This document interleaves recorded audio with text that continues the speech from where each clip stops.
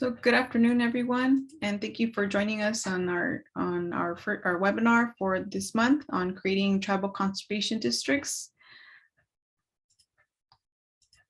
My name is Natalie Solares. I am the Pacific Region Technical Assistance Specialist for the Intertribal Agriculture Council. And I'd like to invite you to please share your name and where you're zooming in from in the chat. And we're going to save questions for the Q&A bubble in the bottom of the Zoom screen. So I'd love to introduce Megan Baldy. Megan Baldy is a Hoopa tribal member and the director of the Klamath Trinity Resource Conservation District. The KTRCD is a tribal nonprofit formed under the Hoopa Valley Tribe's sovereign business codes. Megan is also the Pacific Region representative on the Intertribal Agriculture Council Executive Board. She promotes food sovereignty initiatives on the Hoopa Valley Indian Reservation, where she resides with her family. And on the call as well, we have Jennifer Johnson. Jenny Johnson is a tribal planner with the Natural Resources Conservation Service in California, who has supported the tribes in California's Central Valley with establishing tribal conservation districts. And we will be having on the call Chris Borden. He serves on the Financial Assistance Program staff in Wisconsin as a part of his duties. Chris serves as the NRCS Wisconsin State Tribal Liaison, the NRCS Liaison to the Ho-Chunk Nation, and the point of contact to the Wisconsin's Tribal Conservation Advisory Council. Prior to his work in Wisconsin, Chris served in Illinois and Minnesota as a soil scientist and district conservationist, and the Panama Canal watershed as an agronomist with the Peace Corps.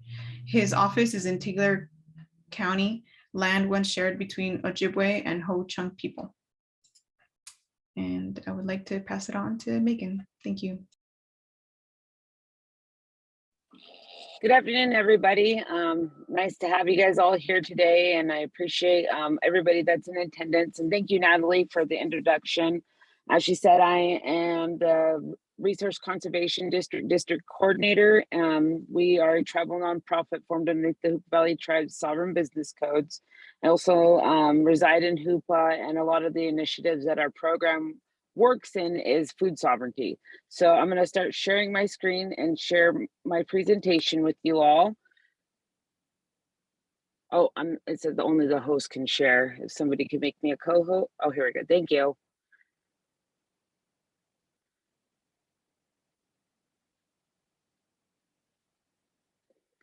So let me know if I'm coming in too spotty.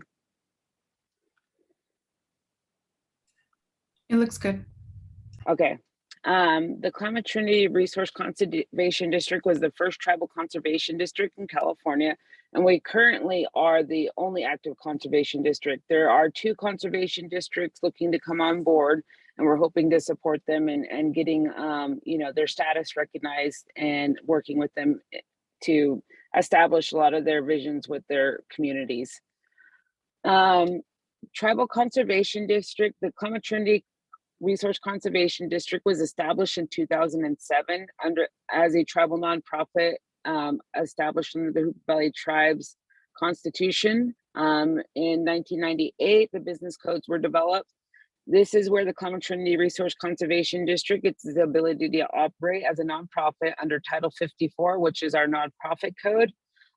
We also, through that, are able to go into agreement with funding agencies and work with them on MOUs and different types of agreements, and we'll go through that in this presentation.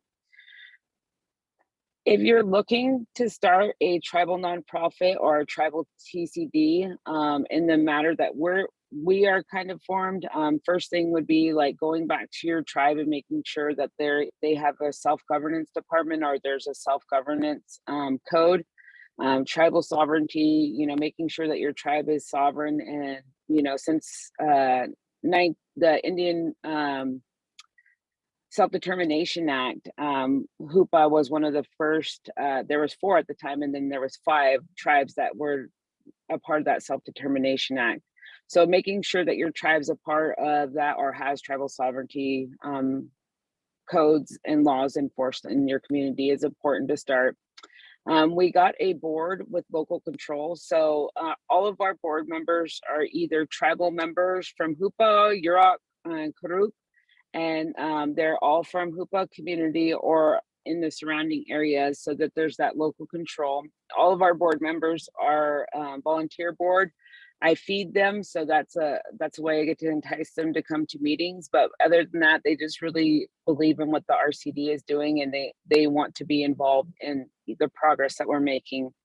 We formed articles of incorporation underneath our self-governance department, our Department of Commerce. And after we established our articles of incorporation, we established our bylaws. So according to the Hoop Valley Tribe's business codes, you have to have one tribal member to form a incorporation or a nonprofit. And so our founding board member and also our continuing president, Juan Arman, was the one that helped to establish the RCD at that time.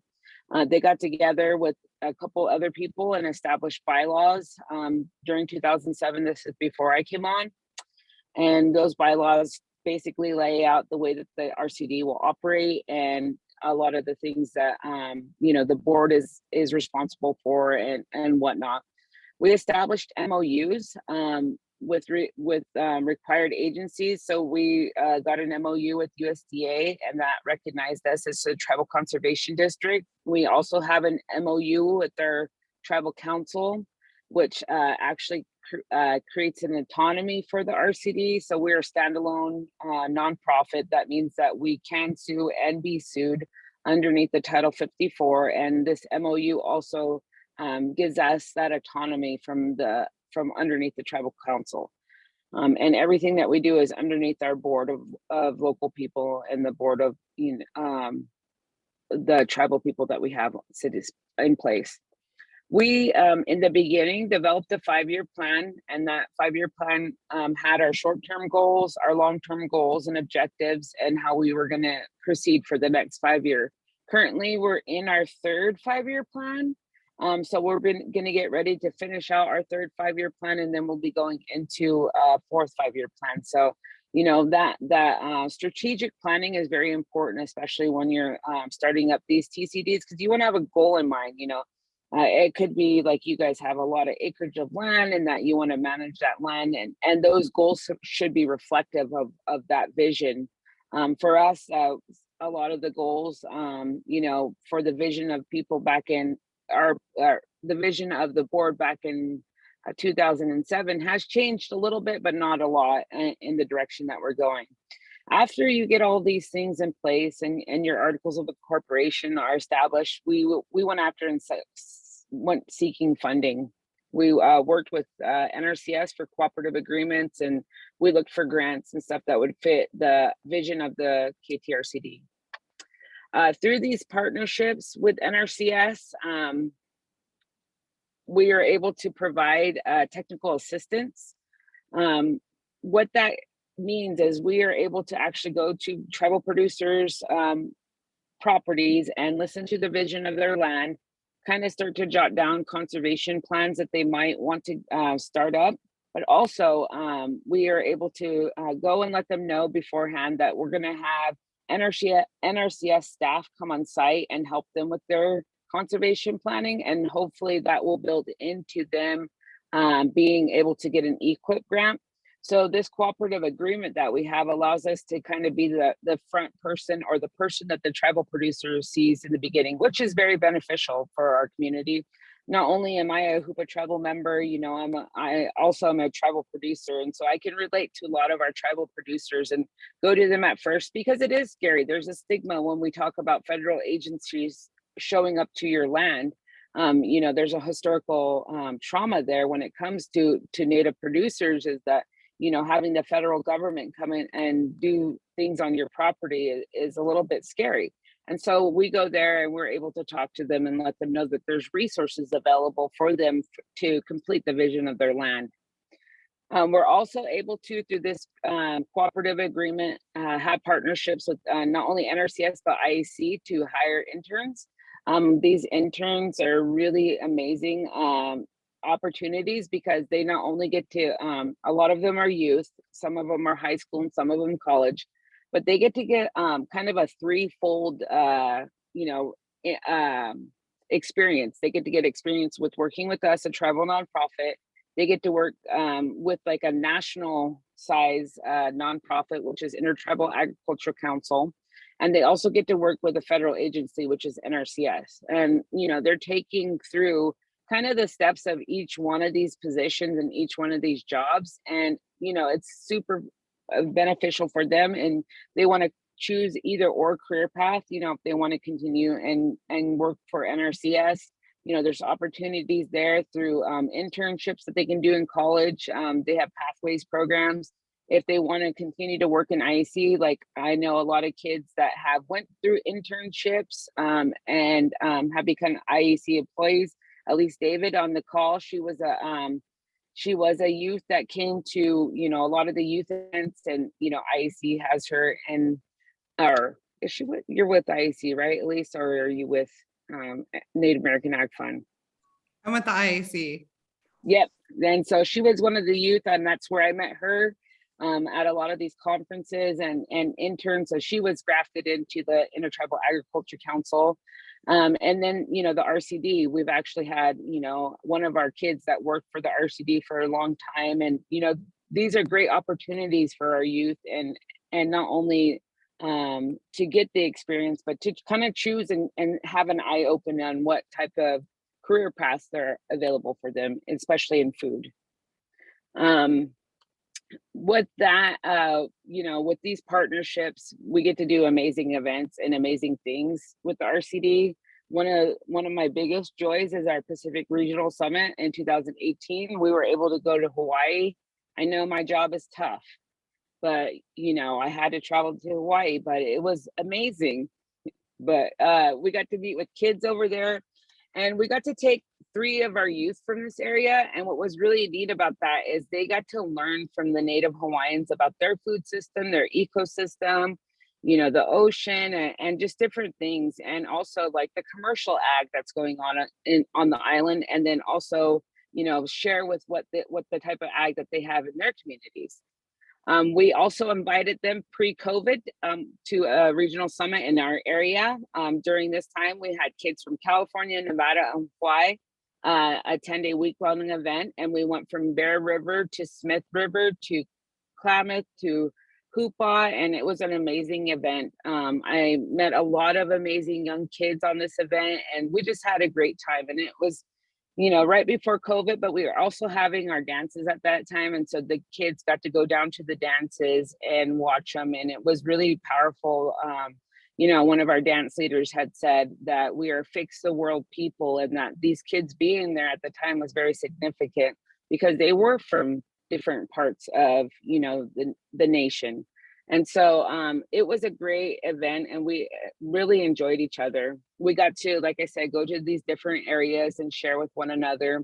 And this picture over here on the left is Louisa McCovey. She's talking about the Yurok EPA and how they test the water for aquatic foods and aquatic gatherings. So like they'll let the local people know, like, you can gather mussels at this time or clams, and the levels are not toxic, because that's a big concern. But what's really cool about what the Yurok tribe is doing and what the Hoopa tribe does is that the data that they collect in these in this monitoring is solely belongs to the tribe. And so we were able to take the kids, and you know, they were able to learn from those that are not only in a place where they do this data collection, but they're actually tribal people and collecting tribal data for their own people. We were able to go down to the mouth, and we're able to kind of go and give them a cross-cultural experience, you know, share about our culture. One of our kids, Donald Moore, and he was the one that was our intern at the time. He planned a lot of this entire event. We couldn't have done it without him.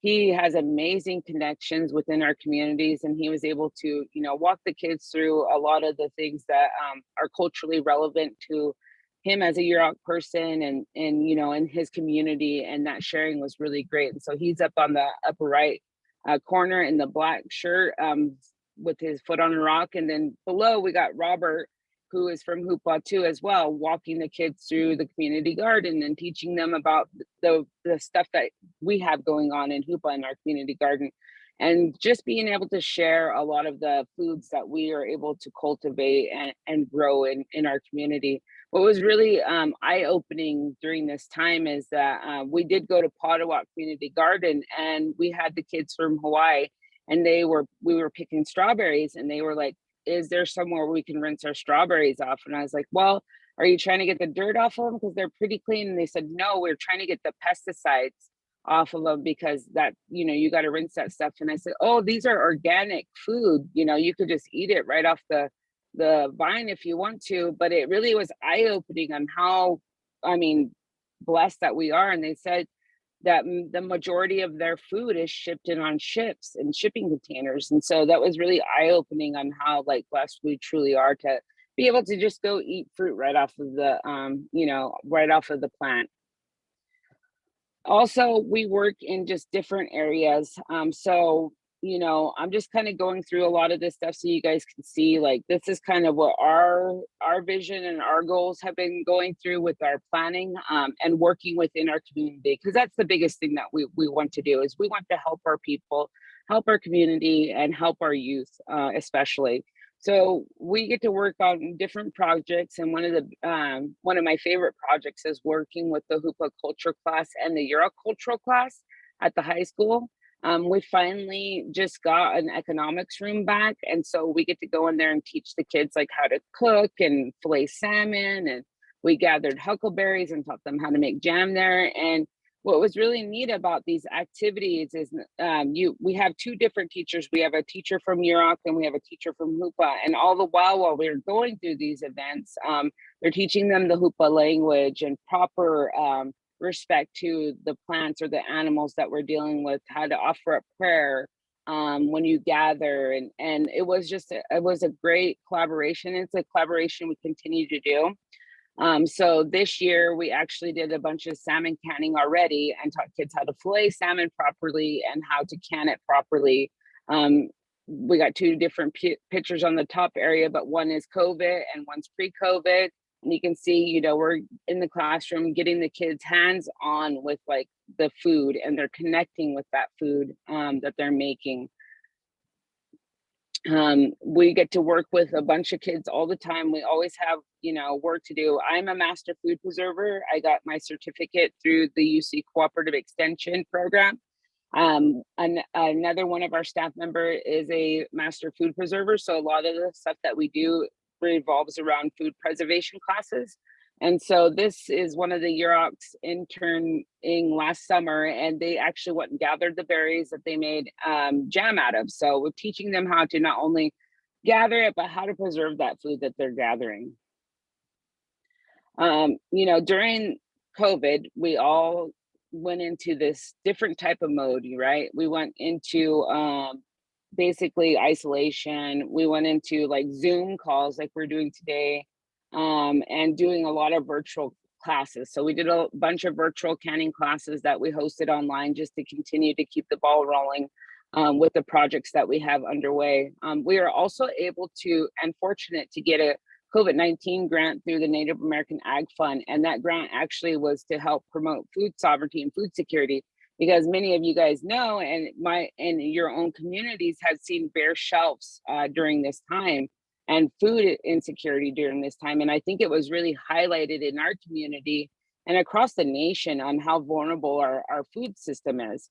And so we were able to get this grant and provide soil, seeds, starts, amendments to about, I believe it was 77 people at the time. And we were able to help them plow and till their gardens, help them get irrigation systems set up, and just do a ton of different projects with them and getting people into growing. And then we were able to host canning classes. So during 2020 and 2021, we were able to give away 100 pressure canners within our communities. So not only in these grants do we write for the food, the materials that are needed to plant and the plants, but we also want to give them the tools about preserving. And so it's like this holistic approach to helping our communities. Like, we are not only teaching them how to grow the food, but how to save the food and how to keep the food. And that's all involved in that connection of food. And we want to make sure that we empower them with the tools. Like, we not only teach them, but we can give them a tool that will continue to work for them for years to come. We through that grant, we've been able to do a ton of different things. During COVID, we were able to, like I said, help put in drip systems and vegetables and starts and all that kind of stuff for our community members. But we were also able to, through other COVID funding, purchase pantries that we have up all across Tupa. And these pantries are free food pantries. Like, if you have extra dry goods, you can go put them in there and people can get them at the same time. So those are the two pictures that you're seeing. And then on the left side, one of the young people took the Hoopa cultural class this year, and they actually got to make gill nets and fillet and pressure cook salmon.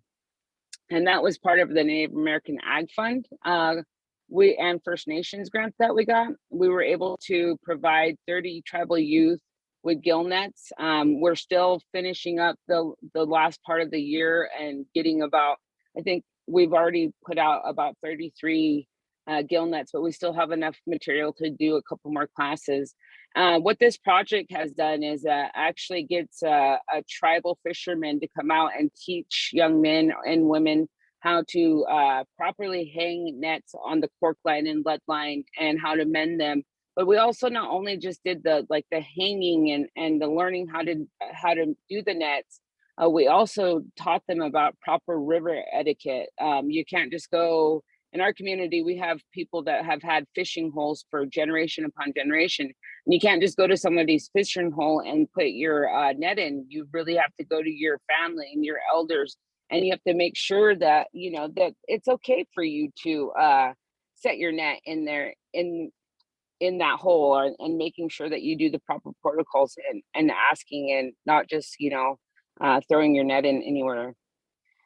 What was really neat about this class as well is not only did we get the expertise of our local fishermen, but we also were able to bring in our self-governance coordinator and talk about fishing rights and water rights in the Hoopa community. And the kids were able to learn how far our river is actually diverted into California. And, just learning about our ancestors or our people before us that fought so hard for them to have the ability to put their nets in the river.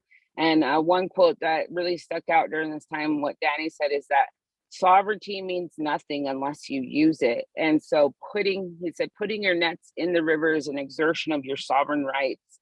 And so that's the kind of stuff that we were able to work on with them through this project, and it was really meaningful and impactful to not only the kids, but also me as well. I really definitely enjoy being a part of projects like this.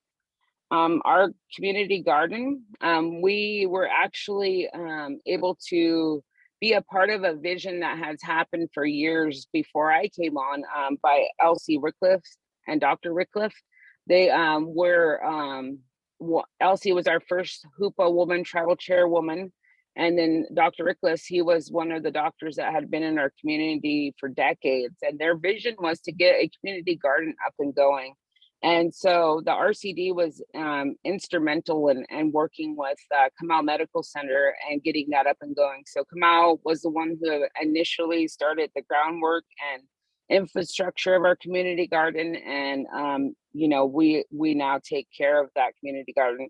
Each year we get about 1,000 plus youth hours. During COVID, we didn't get as much, but we were able to hire interns so that they can work in the garden, and then also provide pumpkin patch still, because that's something that the kids really enjoy about the community garden. We were able to grow 300 pumpkins this last year, not only in 2020, but in 2021. The kids were able to come and get pumpkins in a COVID safe environment. We did, masking, social distancing, but we were able to get back into the garden and do the pumpkin patch. Our community garden is not only just, somewhere where the kids are there, but we have our own families in there. Like this little guy, he's part of, he's my little cousin, and he comes, his mom works with the RCD as well, and he comes and helps plant. And these other kids in the background are my children. And, we're really involved in a lot of the projects that we do. My kids are involved in, the community garden and helping with the kids. And, it's like it's a beautiful thing, but it's something that our program really promotes. Is not only do we, I want to involve the community, but we were ourselves involve our own family in the projects that we're doing. So in collaboration with Rural Development, FNS, NRCS, Specialty Crops, St. Joseph Funding, Native American Ag Funding, we provide a Monday night market. We were able to get an EBT machine, a wireless one for our market, and we were able to do match dollar for dollar everything that's spent. We also were able to get vouchers for elders, which is $10 weekly. Are any tribal elders eligible for getting $10 worth of produce each week? We are able to have coins and these vouchers on site so that the tribal producers are able to receive these as currency and be able to provide the local people with food. And we definitely know that this is a big benefit for our, not only our community, but for our elders. One of the most impactful things that I seen during, this time of COVID was how happy the elders were to come to Monday night market so that they can get their $10 vouchers because they had been in isolation and because they had been, our senior nutrition center had shut down. This was their time to come together and visit. And, this was before COVID too. This was something that they look forward to and that they're able to do. And it makes them feel very, very safe because they're buying produce and stuff from people that they know. It's our own community members that are growing the food and providing the food. That's not something that you get when you buy food in the store. You go into a store, you don't know who picked it, how far it traveled, what type of actual stuff went into that food, whether it was chemicals or whether it was genetically modified. So when they come to our local farmers market, they're able to know like, okay, our tribal producer grows these tomatoes. They're all organic. They're heirloom tomatoes, and they're able to purchase those things with their vouchers, and then also provide money. Through our EBT machine, we were able to provide $3,800 for no, 691, and then 3,800 for the vouchers. And that was in 2020. 2021, we had $223. Oh, we didn't get them. Oh, $2,400 that was provided for the 2021 season. We had 24 vendors, local producers, and those producers either had produce or they had value-added product, baked goods, you name it, there it was there. We don't really limit our farmers market to a certain thing. If there's people that come, like say they want to sell aprons or different things or food, like hot food, we allow them to come and do that at the farmers market as well. This is just a picture of our Monday night markets. As you can see, we have a lot of youth involved. They love to come, especially my kids. My kids are like, we'll sell you the shirt off their back to get you to their stand. They are really good salespeople. And, every year they go pick berries and stuff and I make the jam and they sell it at farmers market and they look forward to it. But they're really a big help because they actually help us put up the tables, chairs, and pop-ups. So through that rural development grant, we were able to purchase tables and chairs and pop-ups. We do realize that some of our producers are older people and, it's a physically wearing thing to get all your produce loaded up into a vehicle to take it to market, but then to add a pop-up and tables and chairs on top of that. So we provide that service for our vendors so that they don't have to worry about that. And, we don't have any age guidelines. If the kids are there, they want to sell produce or they want to sell baked goods, we allow them to do that.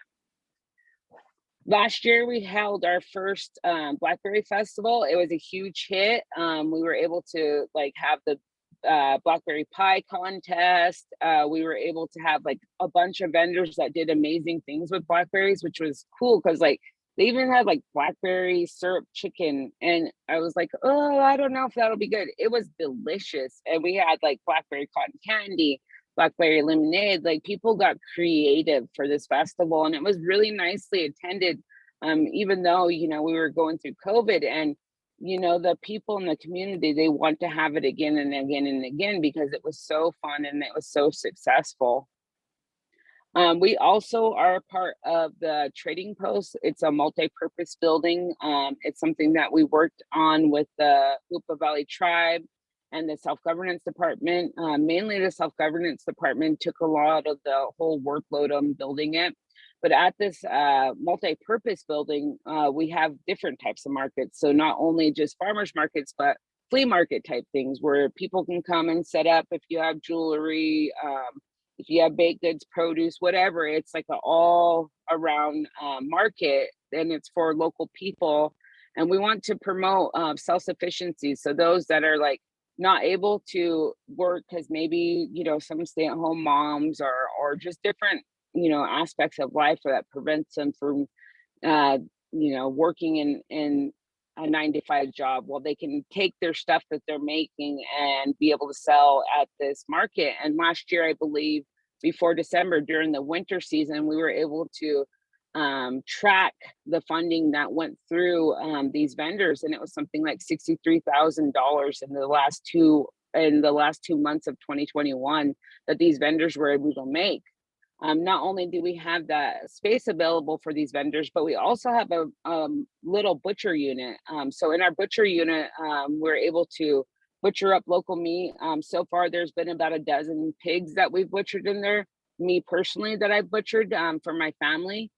We do all of our own. We butcher our own pigs. We do our own bacon. We do our own sausage. So this is an asset that's available for not only through the KTRCD, but for even ourselves, like we raise pigs and we've been raising them for a long time.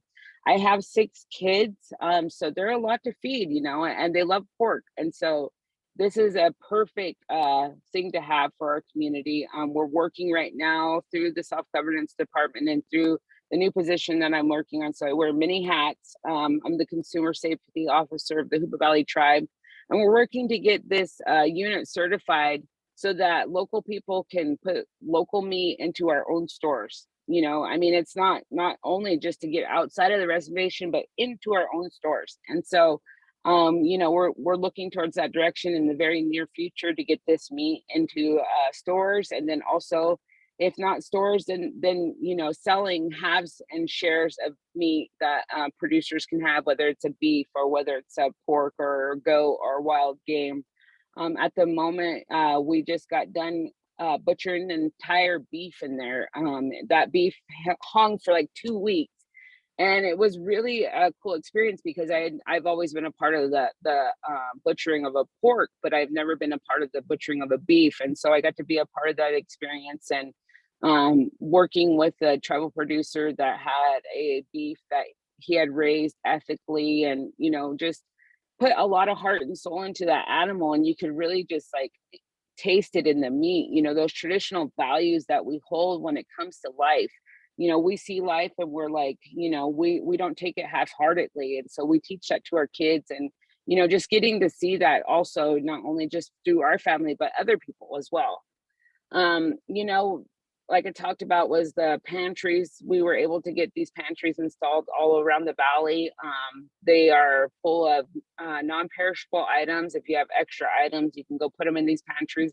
There's 4 of them. There's one by a post office, one by the tribal center, one down Pine Creek Road, which is kind of off the main road, and then one down in Norton Field. So we're trying to like hit all areas that people might not have access to vehicles to be able to get food out of these containers.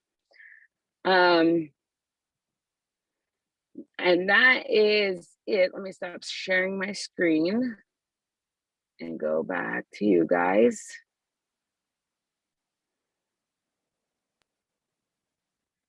So that's kind of the overview of what our RCD does. And like I said, you guys don't have to, like, if your RCD has different visions, make sure that you guys start to strategically plan that. Not every community is the same. So like, if you have things that you want to glean from that presentation and utilize in your own communities to start up these food sovereignty initiatives or food security initiatives through a TCD, those are just some things that we're working on and that we're able to accomplish through the TCD. But definitely take what your community wants and what your community needs into heart when you're developing these plans or when you're developing your TCD. Thank you, guys. Thank you, Megan. Jenny, would you like to share anything, or we can go into Q&A?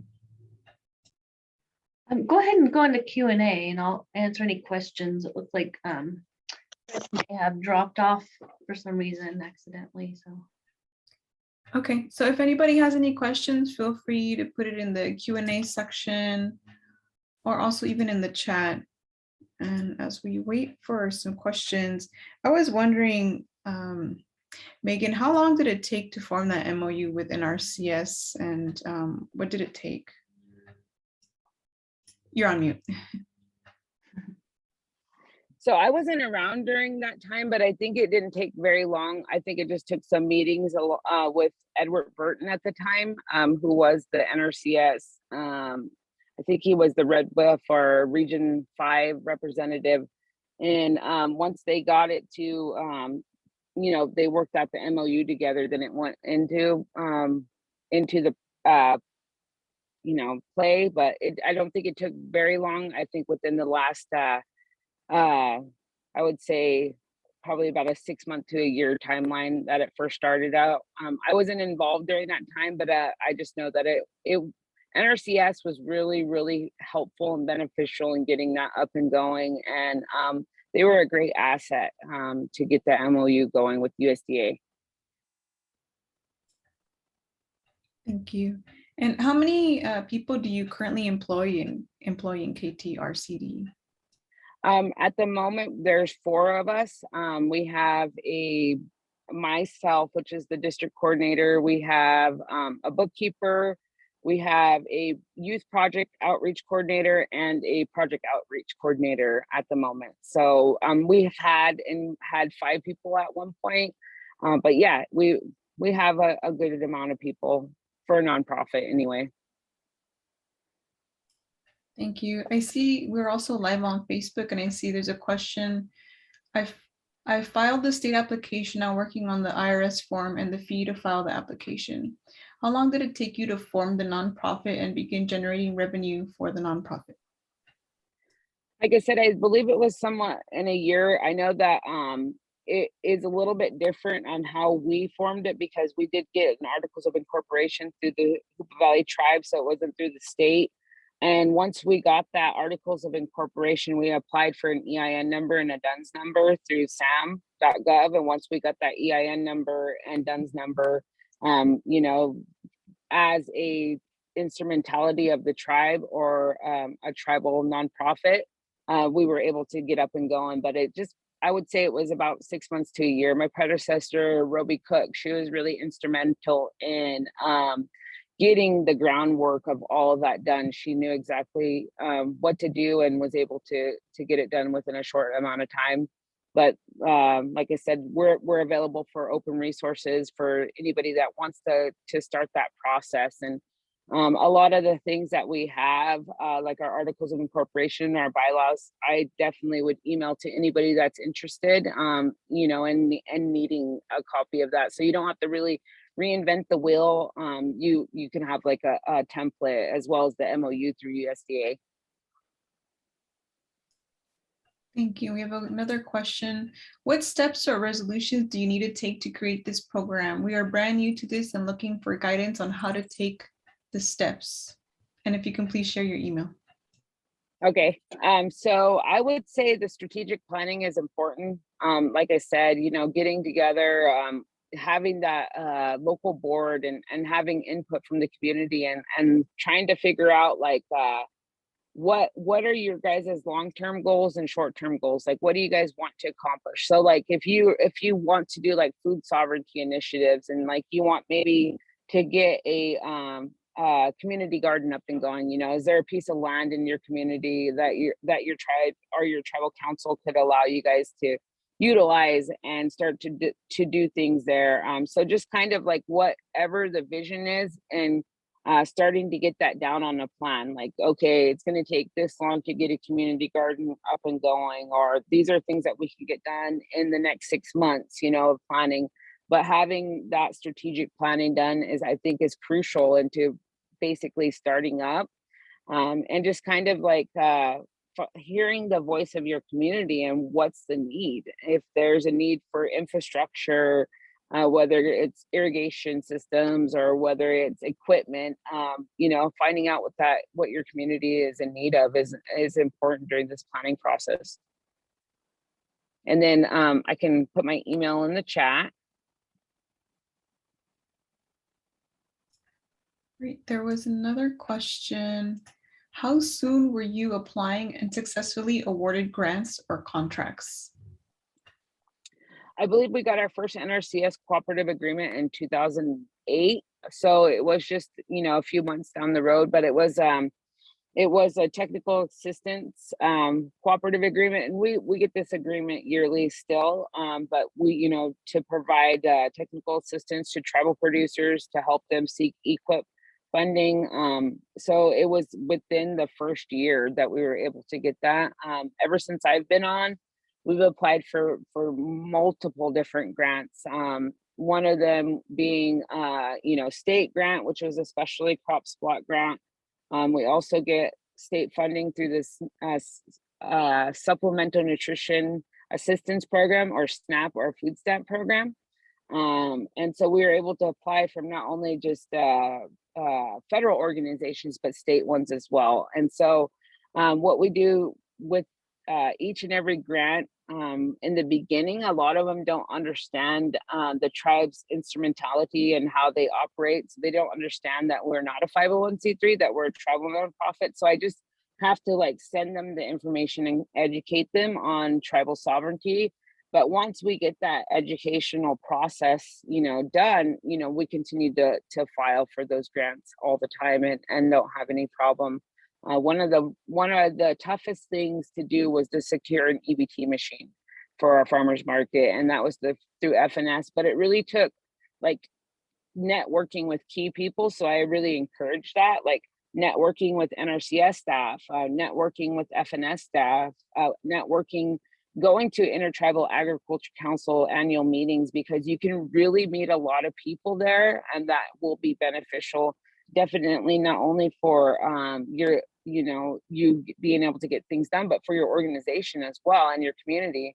A lot of the people that have helped me get the things that we need to get done, I've met at networking meetings, you know, or IEC. And so that's super important, is just to get out there and network. Thank you, Megan. Another question. Did you wait for the IRS to recognize you before applying for grants and retroactive the dates? No, I believe we got our EIN number first, and our federal DUNS number first. Now it's not a federal DUNS number, it's a unique, it's a UEI number. And so their system has changed a little bit, so I'm not so familiar with it. But once we got the EIN number, we were able to establish a bank account and get our own checking account and that type of stuff through our local credit union. And once we got that, we were able to start going after funding as well.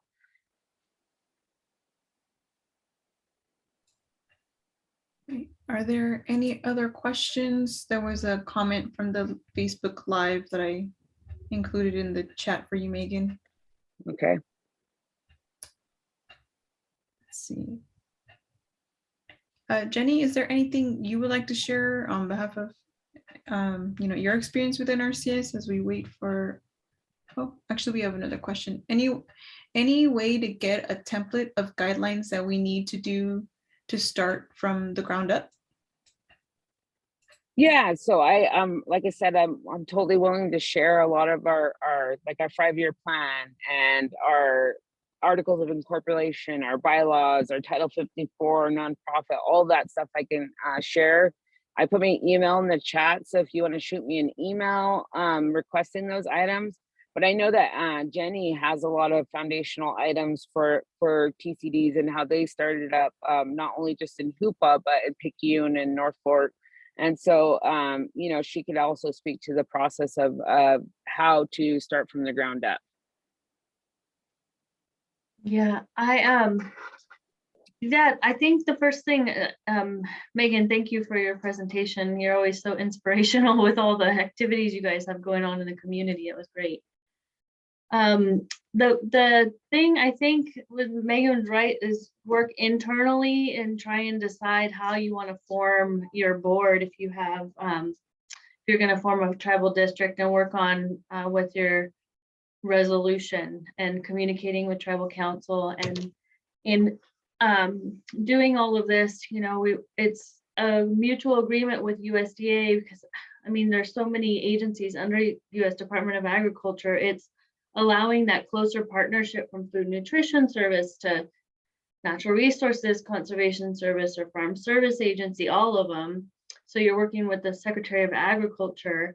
And I would recommend then touching bases with your local NRCS office and kind of working through that district conservationist up into your state state representatives in each state, because each state works different, and with who to talk to. So the first step is that tribal resolution, and then working through that mutual agreement, trying to draft it.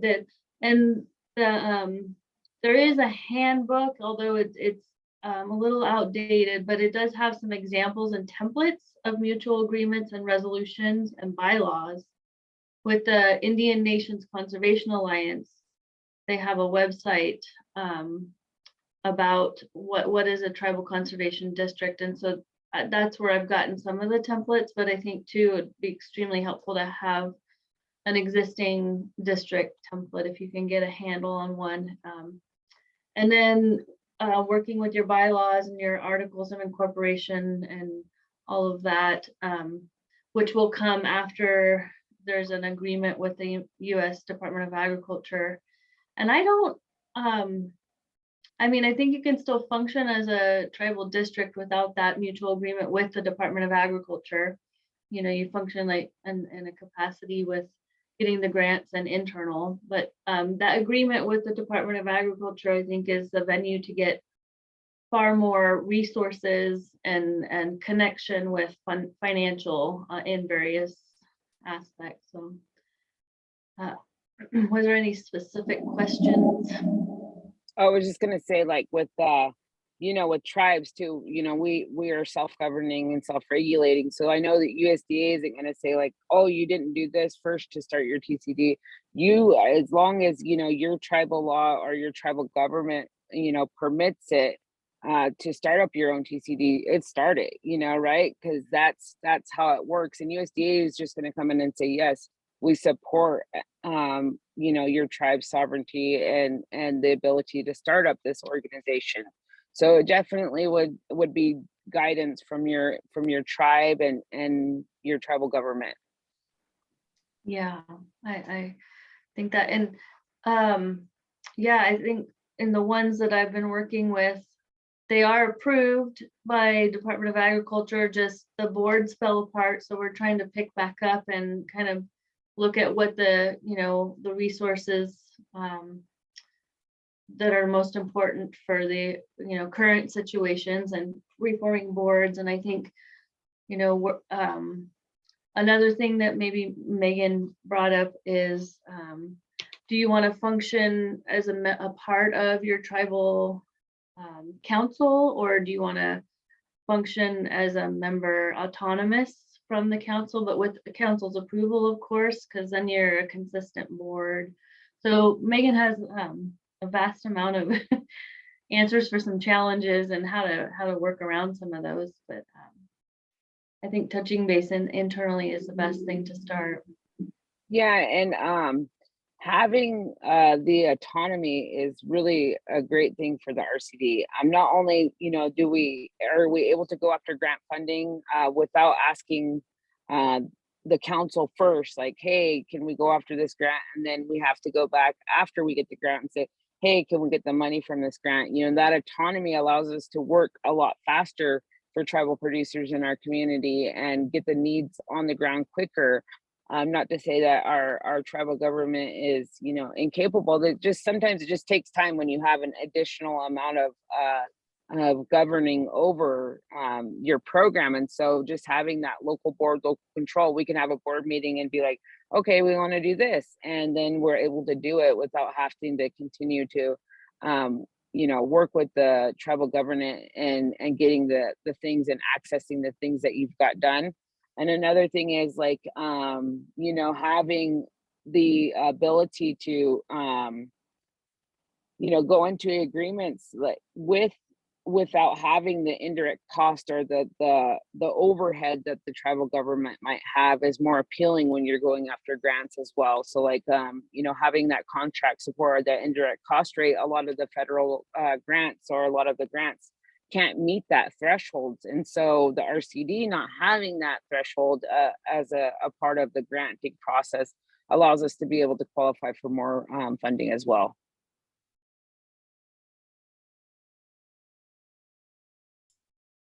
There's some feedback on the Facebook Live from Ion Jones, who's been sharing. We have enrolled members on the board from surrounding treaty tribes. That's our separation from what Yakama Nation does. So I had a question. What is your process like to make a long-term plan? Well, you know, in the beginning, you just kind of get into like a room of, you know, your board or community members and kind of throw everything out there, right? Just like, okay, this is kind of the vision that we see. These are things that we would like to work on. And just like throwing that all out there and then eventually getting it narrowed down to like a few categories, like, you know, whether it's like, you know, you want to work on economic development, or you want to work on infrastructure, or you want to work on like food security, like narrowing down those ideas into, you know, just a few categories. And then you can go about like, you know, what's a short-term plan for economic development? Well, we can get farmers markets up and going. What's a long-term plan? Well, our long-term plan is to be able to see that value-added product in the store and eventually at American Indian food displays. You know, like those are kind of things that we could kind of like get into like a little bit of a goal and then just go after each and every part of that goal and look at what you can do short term and what you could do long term.